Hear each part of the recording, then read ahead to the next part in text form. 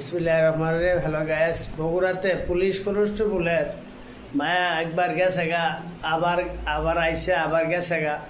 এটা হলে মায়ার ছেলের বাপের আইনা মার আইনা আদুত খাড়াইছে, পুলিশে ধরে আনছে, হস্তনস্ত করছে।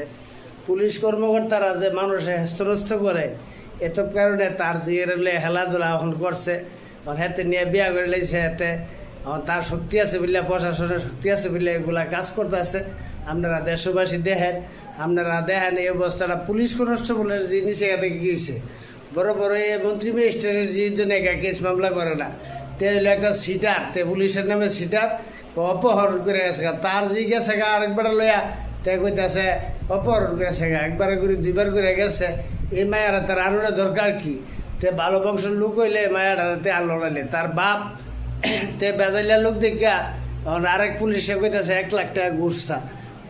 পুলিশের কথাটা কিভাবে বললো? তো একটা পুলিশ কনস্টেবল হইয়া তার কামটা কি ভালো হয়েছে? তে একটা নেকের জন্য পুলিশ তে কথা বলতে পারে না। তে ঘুষ খাইতে খাইতে মানুষের কাছে যে এগুলা বলছে এগুলার থেকে এই বিরত, এগুলা আপনারা শুনবেন, জানবেন, অনেক কিছু করবেন।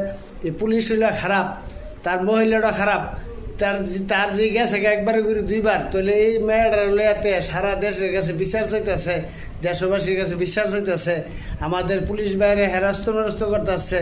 তার কি শক্তি পুলিশের শক্তি হবে? হবে না ইনশাল্লাহ। তার অপকর্ম পাপের শাস্তি তার পাইতে হবে।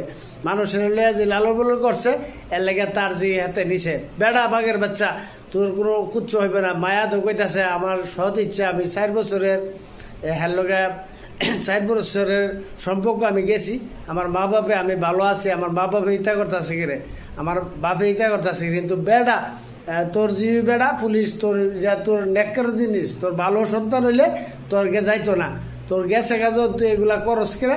এর লেগে তোর পুলিশ দোষী করস, 1 লাখ টাকা ঘুষ চাইছে।